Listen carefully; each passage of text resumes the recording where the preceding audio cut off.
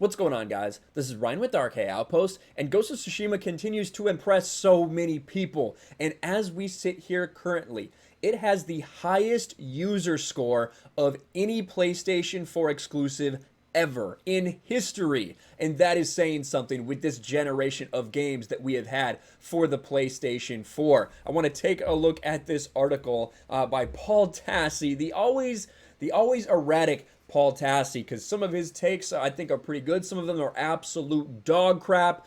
This one is an okay one, but we have to correct him on some things because he can't seem to use a website very well. Ghost of Tsushima has PS4's highest ever score on Metacritic. Now, you noted that I said PlayStation 4 exclusive. I did not say PS4. Paul Tassi was not quite able to figure out how to sort on Metacritic, but we'll get into that throughout this video.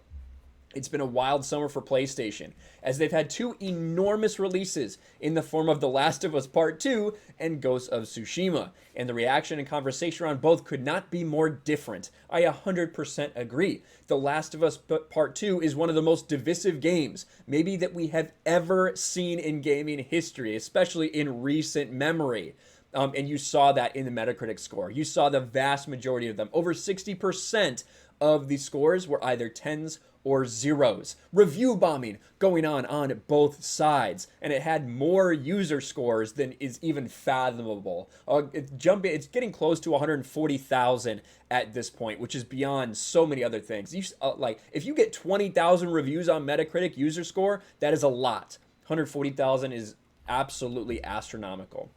The Last of Us Part 2 found itself at the center of gaming's latest culture war, where the ammo was being used was negative reviews on the game site on Metacritic. Well, what about the other side of the culture war? There has to be two to fight a culture war, right, Paul Tassi? Interesting that you don't mention the positive review bombing of that game. We've talked about it here on this channel many times. Paul Tassi continues to ignore it, as I would expect from a games journalist.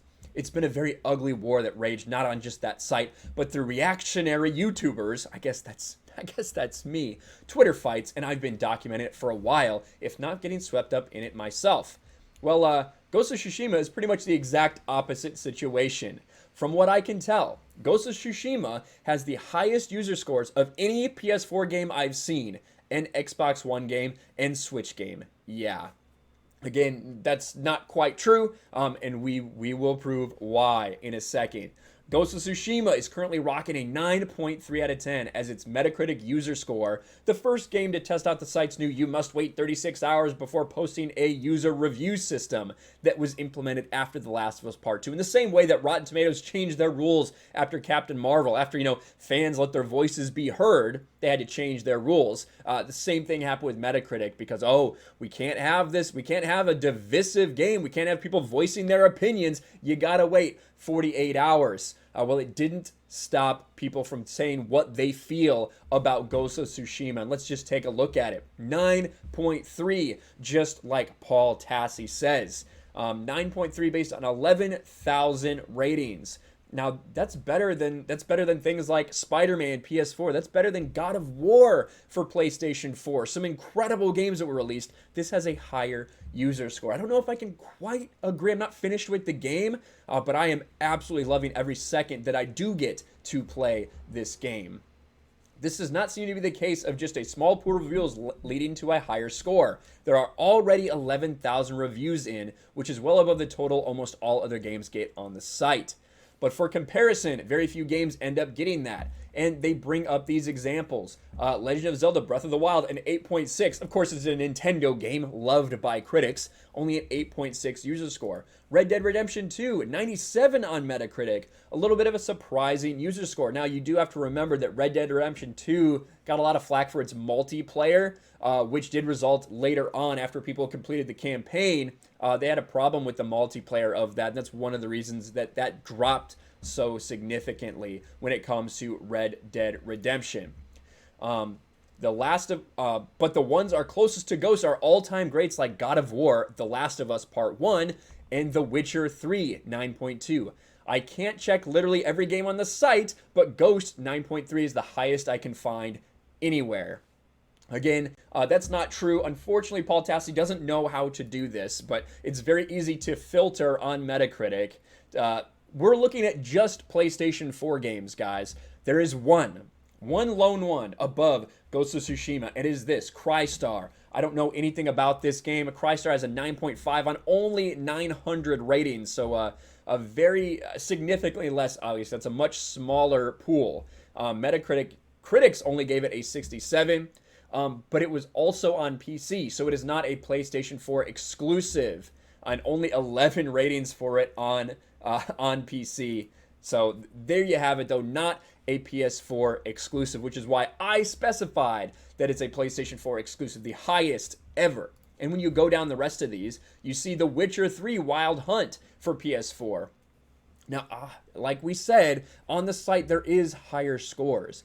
For instance, Witcher 3 The Wild Hunt on PC gets a 9.4, which is also higher than Ghost of Tsushima, just barely. But again, we're talking PlayStation 4. Sorry, Paul Tassi, you got to do your homework a little better. I'm not sure why you can't figure out how websites operate, but again, games journalism at its finest. They have The Last of Us Remastered at 9.2, Bloodborne, the Complete Edition, Final Fantasy 15 expansion here, another Witcher 3 expansion. There's God of War at 9.1, and that gets us out of the top 10. So, really among the absolute elites when it comes to Ghost of Tsushima. And I think that is so telling for how much people love this game. And is the game perfect? No, I would not say the game is perfect. There are a couple things here and there that I do have a little issue with. But for the most part, everything this game does or tries to do, it does incredibly well. I wouldn't call it revolutionary, but you don't have to be revolutionary to make a great game. Sometimes people try so hard to do something groundbreaking that they don't do the little things well. And Ghost of Tsushima does all of the little things so well. And a simple, well-crafted story that doesn't try to preach to you, doesn't try to tell you you're wrong for thinking this way, or this is what you should think, or if you think like this, you shouldn't buy our game. No, Sucker Punch just wants you to buy their game, which is so refreshing after what we saw from Naughty Dog. Is Ghost of Tsushima really the best game of all time? I mean, probably not, but it is extremely good. This is Paul Tassi's words. And it shows some level of disconnect between critics and players, this time in the reverse direction. There's always a disconnect. Well, not always. There's often a disconnect between critics and players because players are actually paying to play this game, whereas critics are paid to play it. Now, Paul Tassi didn't get a review copy of The Last of Us Part 2. We know, we talked about that with Forbes. But, this is his job, is to review games for Forbes. Ghost of Tsushima's 83 Metascore is certainly solid, but it's only the 17th highest PlayStation exclusive of all time, but players seem to be enjoying it much more than that. I don't know if it will maintain this all-time high score forever, but 11,000 reviews is a solid amount, and I'd be surprised to see it dip too far below. I agree. Now, we talked on this channel that there were Last of Us 2 lovers that were review bombing this game. We showed all of that evidence, but, it wasn't enough, evidently. It wasn't enough to impact it. And again, that's what it means to have a good game, to have a beloved game like this. There's going to be a couple outliers. Not everyone's going to like everything, but for the most part, it has been widely embraced. For the most part, people are loving this game, and so am I. If you haven't bought it, if you're thinking about it, if you're still on the fence, I highly implore you to do it. If you can find it physically anywhere, I would recommend doing that just to help bump those sales up. But if not, digital is always available. Let me know what you think about all this in the comments below. The highest rated PS4 exclusive of all time. What a way to end it for PlayStation 4. Let me know your thoughts in the comments below. Make sure you smash the like button, subscribe to the channel, ring the bell for notifications, share this video out there, and I will talk to you later.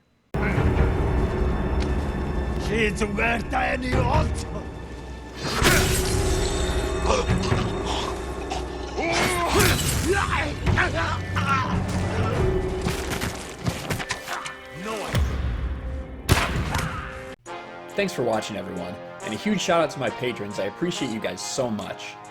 Want to follow me on Twitter or Instagram? Check out the description below. You'll find links to my P.O. box and my Patreon as well. And I'll talk to you guys later.